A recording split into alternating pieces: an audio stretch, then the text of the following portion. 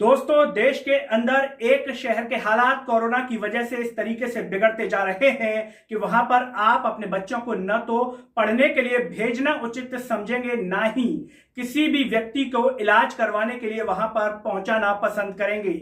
और ऐसी स्थिति में उस राज्य के सीएम और उस शहर के डीएम भी शायद आपकी कोई सहायता न कर पाए। भले ही लाख दावे करते रहें, लेकिन वो दावे सब खोखले साबित होंगे। कौन सा है वो शहर और क्या है वहां पर हालात, बताते हैं आपको। नमस्कार, मैं हूं गिरिराज शर्मा और आप देख रहे हैं सरल टॉक। सभी से एक अपील है, इस आवाज को सब्सक्राइब कीजिए और इसे हर जगह शेयर कीजिए। दोस्तों, वो शहर है देश के मध्य प्रदेश राज्य का इंदौर शहर, जो कि स्वच्छता के लिए कई बार अपनी पहचान बना चुका है। लेकिन वर्तमान समय में जिस तरीके के हालात वहां पर हो रहे हैं, उसने इंदौर की पहचान कुछ अलग ही रूप में बना दी है।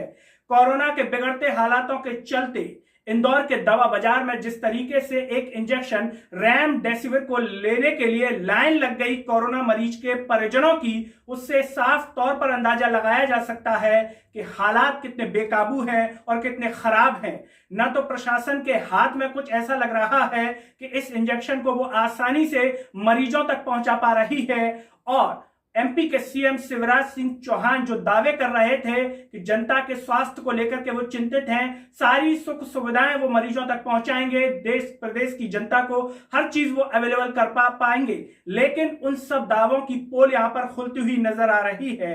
एमपी के सीएम को तो ऐसा लग रहा है कि कोरोना के इस काल में दमोह उपचुनाव और बंगाल के चुनाव और असम के चुनाव की चिंता लगी रहती है। सोचिए, ऐसे राज्य के सीएम जो चुनाव को लेकर के चिंतित हों, वो आपके स्वास्थ्य को लेकर के कितने चिंतित होंगे। लेकिन इसके लिए जिम्मेदार आखिर है कौन? क्योंकि जनता ने ही सरकारों को चुनकर के भेजा है। अब आप अंदाजा लगाइए कि आपके द्वारा चुनी हुई सरकारें आपके स्वास्थ्य को लेकर के कितनी चिंतित है।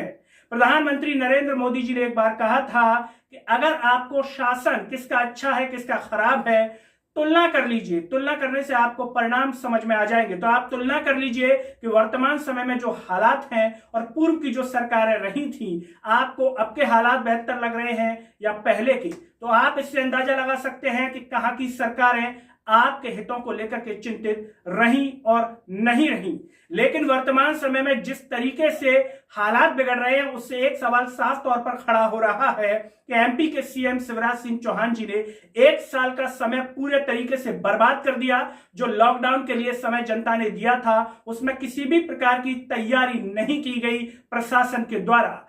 क्योंकि जिस तरीके के हालात सामने हैं, उनसे तो यही लग रहा है कि इंदौर शहर के कलेक्टर मनीष सिंह ने किसी भी प्रकार की तैयारी नहीं की। अगर तैयारी की होती तो साफ तौर पर दिखाई देती। मरीजों के परिजनों की इस तरीके से लंबी लंबी लाइनों का लगना साफ तौर पर बता रहा है कि प्रशासन के हाथ से स्थिति धीमे धीमे बाहर जा रही है।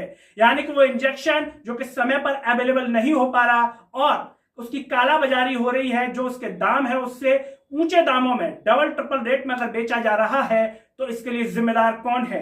क्या उन मरीजों के परिजनों को वो इंजेक्शन सीएम शिवराज सिंह चौहान अपनी जेब से पैसा भर के देंगे? और जिस तरीके से वर्तमान समय में लॉकडाउन लगाए जा रहे हैं, व्यापारियों को उस पर क्या असर पड़ेगा, ये आप अच्छे से समझ सकते हैं। लेकिन लॉकडाउन अगर नहीं लग रहा है तो चुनाव पर नहीं लग रहा है। आखिर चुनाव पर लॉकडाउन क्यों नहीं लगाया जा रहा? जिस जगह चुनाव हो रहे हैं वहां लॉकडाउन क्यों नहीं लगाया जा रहा? क्या व्यापारी, जो छोटे व्यापारी हैं, बड़े व्यापारी हैं, उनकी कमर तोड़ने के लिए ही लॉकडाउन लगाया जा रहा है? ये स्थितियां जिस तरीके से निर्मित हो रही हैं, वो सरकारों पर सवाल खड़े कर रही हैं।